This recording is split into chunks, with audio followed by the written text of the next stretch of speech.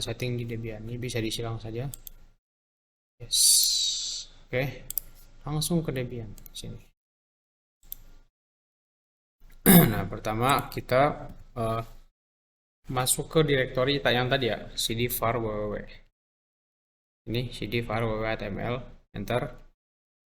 Nah, di sini tadi kita kan copy ke WP ya, kalau nggak salah ya. Ini WP, di sini ada index, ini file, kemudian ada WP, WP ini folder. Kita masuk ke WP. Ini kita ls coba. Kalian bisa lihat sini. Di sini ada banyak file. Nah, ini adalah file apa? File yang tadi kita copy ya. Yang WordPress tadi itu. Ini file-filenya nih. Pertama, ketika kita ingin membuka WordPress, itu kita harus memiliki wp config sample. Kalau kita ini ya sudah pengen WordPress itu udah langsung bisa dipakai, tinggal memasukkan nama file judul website ya. Nah, di sini ada cara mudahnya. Salah satu cara mudahnya seperti ini. Di sini kita wp config sample.php. Nah, sebetulnya kita kalau ingin cepat itu bukan, kalau kita udah membuat registrasi database-nya itu akan ada satu file lagi bernama wp-config sample wp-config.php. Nah, itu biasa habis ini ya, habis registrasi database karena kita sudah punya database tapi kita registrasinya maunya di Debian nih langsung. Jadi kita bisa pakai begini ya. cp wp-config sample php. Nah, kita akan mengcopy isi wp-config sample php ini ke wp-config php. Jadi kita seakan-akan membuat wp-config sendiri ya. Karena isinya akan sama, cuma nanti akan berbeda di bagian database ya. Bentar. Nanti wp-config sample dan wp-config php ini isinya akan sama. Nanti saat kita ls, nah di sini ada file baru namanya wp-config.php. Kita bisa ubah di sini. Nano wp-config php.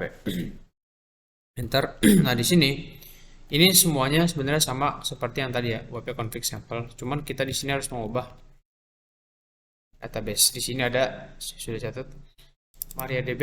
Nah, nama database-nya adalah wp. Oke. Sini wp. Nah, itu usernya kelihatan di sini ya. Nih, user wp. Kemudian di sini adalah user wp 123. Seperti ini ya. Jadi diambil dari yang MariaDB. Udah ctrl x. Oke. Kemudian kita masuk ke direktori web server kita. cd etc c2 ini enter. Nah, di sini kita mulai ini ya, sedikit mengatur website kita. ls. Nah, di sini ada 000 default.conf dan default admin ssl.conf. Nah, saya tidak ingin menggunakan default ini seperti biasa. Kita akan membuat cadangannya dulu ya.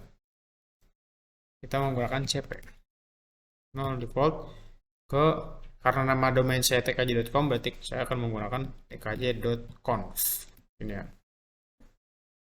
Nah, supaya defaultnya ini masih aman, tidak terganti ya. Jadi kalau konfigurasinya rusak masih bisa di backup. Enter. Nah, nanti akan ada file baru namanya tkj.conf ya. Bisa kalian lihat di sini. Di sebelahnya default SSL, kanannya ya. Nah, kita akan mau ubah isi nano tkj.conf. Oke. Kalian bisa langsung ke sini, server name. Server name-nya kalian ganti example-nya saja. Example ganti sama domain kalian sendiri. Tapi kalau kalian di sini pakai selain com itu juga bisa, terserah, sesuaikan saja sama domain kalian. Di sini saya menggunakan tkj.com dan www-nya ini sudah saya daftarkan di bin 9 ya. Ini sebenarnya bisa diganti atau tidak. Mungkin saya akan ganti webmaster ini saja menjadi admin. Kemudian di sini dokumen root. Nah, kalau kalian ingat tadi kita ada ini ya, var www.html. Itu di dalamnya itu kan ada dua ya, ada WP dan index.html. Nah, index.html itu isinya ini. Kita mau mengubah ini jadi WordPress. Nah, tadi file WordPress kita itu ada di ini ya, di WP. Jadi di dalam HTML, nah di dalam HTML itu ada dua folder WP sama file index.html. Kita masuk dulu ke sini, folder WP. Supaya kita bisa mengakses file WordPress yang tadi kita kirim dari WinSCP. Oke, itu ya. Intinya kalian cantumin folder web server kalian yang tadi kalian install apa aja tadi itu ya. Ini pakai WP. Mungkin kalau kalian punya nama yang lain berarti bukan WP, bisa WordPress ya. Itu. Ctrl X. Udah. Nah, biasanya itu kita langsung restart ya. Biasanya seperti ini. Ini cuman ada beberapa tahap juga yang harus dilakukan ya. Pertama kita A2N1. Nah, ini saya juga kurang tahu fungsinya. Saya lupa sebenarnya ya fungsinya. Cuman kita ini harus dilakukan. Nah, dia akan meminta restart. Nah, sebenarnya kita bisa saja. Sebenarnya ada 3 langkah. Habis ini saya lakukan. Kita bisa saja setiap langkahnya kita restart. Cuman itu mungkin akan makan waktu ya, karena kita harus merestart terus.